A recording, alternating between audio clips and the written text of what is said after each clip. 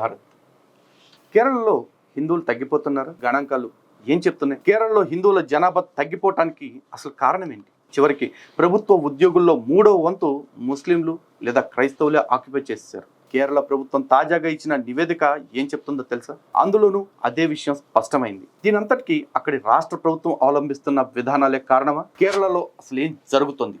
ప్రతి ఒక్కళ్ళు తెలుసుకోవాల్సిన అవసరం ఎంతైనా ఉంది. కేరళ రాష్ట్ర ప్రభుత్వంలో 5,45,423 మంది ఉద్యోగులు ఉన్నారు. వీరిలో 73,774 మంది ముస్లింలు రాష్ట్ర ప్రభుత్వంలో పనిచేస్తున్నారని శాసనసభలో కేరళ ప్రభుత్వం స్వయంగా వెల్లడించింది. రాష్ట్ర ప్రభుత్వ ఉద్యోగుల్లో ముస్లింలు 13.5% ఉన్నారని పినరై ప్రభుత్వం తెలిపింది. ముస్లింలతో పోలిస్తే క్రైస్తవుల సంఖ్య ఎక్కువ మొత్తంలోనే ఉందంటూ పేర్కొంది. రాష్ట్ర ప్రభుత్వ ఉద్యోగుల్లో 73,714 మంది అగ్రవర్ణ క్రైస్తవులు ఉన్నట్లు చెప్పింది. ఇక 22,452 మంది లాటిన్ చర్చ్లో పనిచేస్తున్నారని, ఇక 2,399 మంది ఉద్యోగాలు వచ్చాక క్రైస్తవులుగా మారారని తెలిపింది. 929 మందిని నాడార్ క్రైస్తవులుగా గుర్తించారు. కేరళ ప్రభుత్వ ఉద్యోగుల్లో 99,494 మంది క్రైస్తవులు ఉన్నారని తెలిపింది. మొత్తం ఉద్యోగుల్లో 18.25% క్రైస్తవులని తెలిపింది. ముస్లింలు క్రైస్తవులు కలిపి 1,73,268 మంది రాష్ట్ర ప్రభుత్వ ఉద్యోగులుగా ఉన్నారు.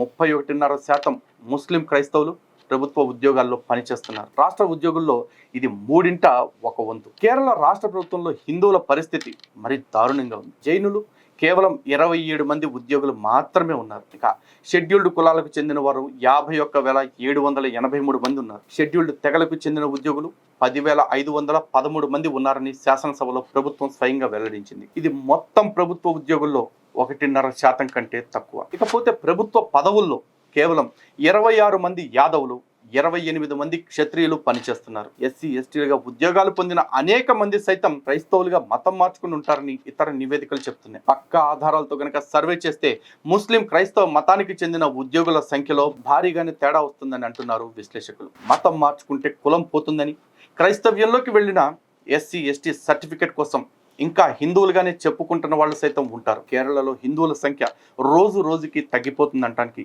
ఎంతకంటే పెద్ద ఉదాహరణ అక్కర్లేదు. ప్రభుత్వ ఉద్యోగాల్లోని ఇంతటి వ్యత్యాసం ఉండటంతో దేశ ప్రజలు ఆశ్చర్యానికి గురవుతున్నారు. ఇన్నాళ్ళు హిందూ సంఘాలు చెప్తున్న విషయాన్ని పెడచెవిన పెట్టామని, కేరళలో పరిస్థితి రోజు రోజుకి క్షీణిస్తుందనేందుకు రాష్ట్ర ప్రభుత్వం ఇచ్చిన నివేదిక సరిపోతుందని అంటున్నారు. ఇక అటు ఆంధ్రప్రదేశ్లోనూ ఇలాంటి తరహా గణాంకాలే ఉంటాయి. ఒక్కసారి లెక్కలేస్తే అక్కడ పరిస్థితి సైతం జనాలకు బోధపడుతుంది. అప్పుడైనా మారి హిందువుల కోసం పోరాటాలు చేస్తారేమో చూడాలి. ఇప్పటికైనా హిందువులు అర్థం చేసుకోండి, ఆలోచించండి.